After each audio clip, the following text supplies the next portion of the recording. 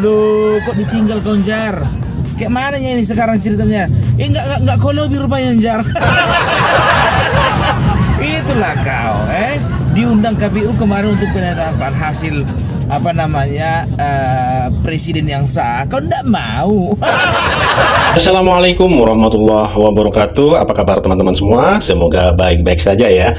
Pada video kali ini saya mau nonton bareng Opung Parbelak yang sangat lucu dan kocak, yang mana pada video kali ini si Opung membuat stand up komedi tentang Anies Baswedan serta Ganjar Pranowo, yang mana Anies kata si Opung dijadikan Menteri Agama dan Pak Ganjar jadi apa ya? Yuk, seperti apa kelucuannya? Langsung saja menuju ke videonya. Let's go.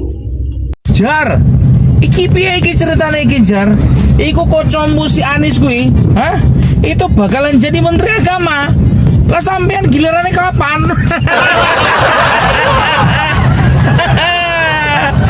Aduh, kok ditinggal kau, Jar? Kayak mana ini sekarang ceritanya? Enggak kolobi rupanya, Jar. Itulah kau, diundang KPU kemarin untuk penetapan hasil presiden yang sah. Kau enggak mau. Coba kalau datang kemarin kau kan, bisa kau dapat kursi menteri, lumayan itu. Ini merajuk pula kau, nggak datang kau, berbohong pula kau bilang nggak dapat undangan, bah. Nggak mungkin kau nggak dapat undangan. Sedangkan cawapresmu aja itu kemarin itu si Mahfud MD dapat undangan walaupun agak telat. Iya, setengah jam sebelum sebelum acara. Sebetulnya bisa-bisa aja terlambat sedikit ya kan.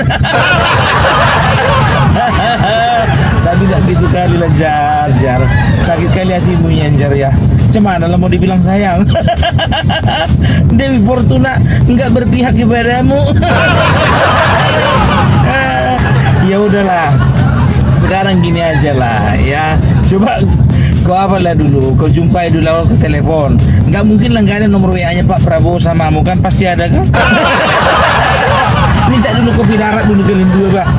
Agak diskusikan dulu, bilanglah Pak, Bapak nggak adil, Pak. Sama-sama yang kami lawan Bapak, tapi masa cuma dia aja yang dapat menteri? Aku maulah, Pak. Menteri Agama, Pak.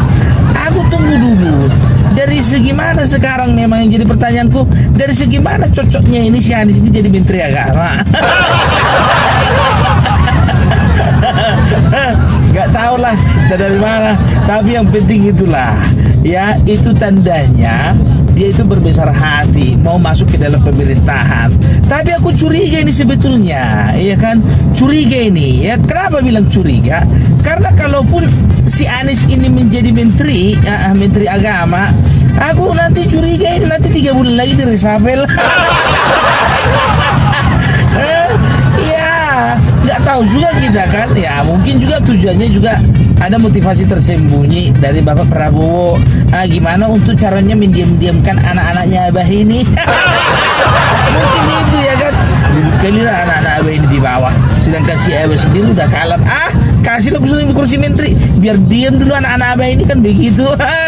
Karena apa? Pasti anak-anak Abah berpikirin, si Abah nggak konsisten, nggak komitmen dia sama janjinya sama kami dulu. Gitulah ya kan. Ujung-ujungnya apa? Ujung-ujungnya mereka akan cari figur baru lagi. Gitu aja terus, cari figur baru lagi. Ya, kalau ku bilang ini sih salah satu strategi ya. Terus mengenai partai-partai yang sudah dan kemungkinan besar akan bergabung, ya, itu Nasdem dan PKB ya. Jadi kemarin itu aku dengar kabar Bapak Prabowo sudah menjalin komunikasi dan sudah mendatangi langsung ya ke tempat Bapak Surya Paloh itu. Loh, yang jadi pertanyaan begini, biasanya partai ya yang datang ketua umum yang datang ke presiden, kan begitu presiden yang terpilih. Ini enggak, ini presiden yang terpilih yang datang ke ketua umum partai. Ini kan menandakan apa? Disinilah menandakan bahwasanya Bapak Jenderal itu memiliki kerendahan hati dalam berpolitik. Itu dia, mantap kan? Mantap. Mau di mana lagi dicari jenderal kayak gitu lagi? Nggak dapat lagi kalian, nggak dapat. Tapi sebetulnya kalau ku bilang ini pasti dia sudah konsultasi lagi juga sama Jokowi.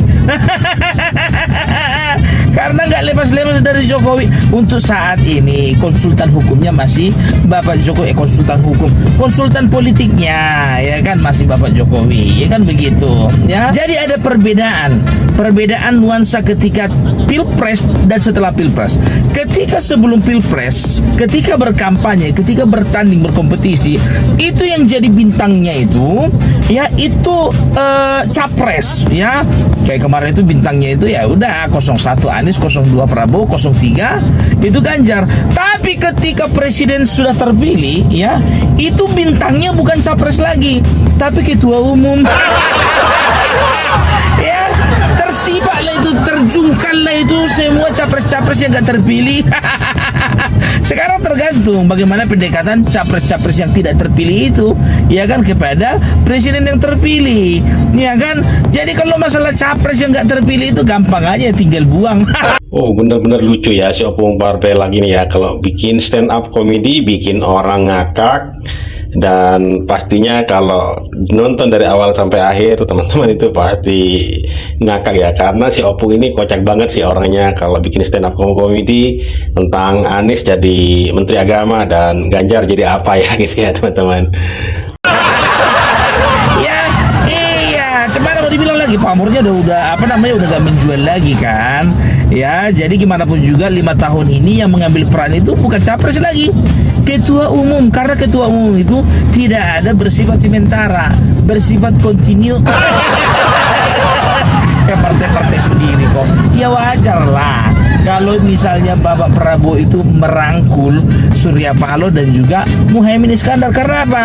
Karena sama-sama ketua umum.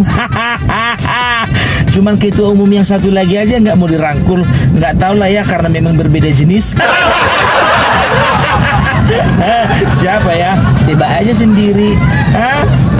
Jadi itu dia. Jadi kalau misalnya kita berbicara komposisi di parlemen, memang saat ini walaupun Demokrat sudah gabung di pemerintahan di dalam koalisi Prabowo Gibran nantinya, kalau untuk di parlemen sebetulnya memang belum kuat. Jadi Bapak Prabowo itu sangat menyadari bahwasannya masih perlu beberapa kursi lagi, ya kita katakanlah vitamin ya, dari beberapa partai. Ya kalau bisa 2 ini masuk udah hebat itu, udah jago itu ya kan, Nasdem dan juga PKB. Karena ku tengok ya, Nasdem dan PKB ini nggak akan mungkin keluar dari pemerintahan. Karena apa? Secara politis mereka itu nggak punya masalah sama yang namanya Bapak Jokowi, dan cenderung itu nanti bakalan masuk lagi ke dalam koalisi. Dan juga apa kata PKS? PKS juga sudah membuka diri kok, ya kan?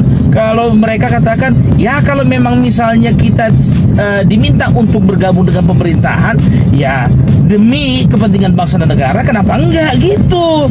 Itu baru paten. Makin kesini kok ku tengok PKS makin nasionalis ya. Mantap ya, ya mantap lah. Perlu dijunjung jempol itu, walaupun dia itu partai agamis ya, tapi kan kita nggak bisa pungkiri bahwa mereka juga adalah bagian dari bangsa ini. Iya, tapi ada salah satu itu partai yang nasionalis, tapi kok makin lama kok makin meringis ya.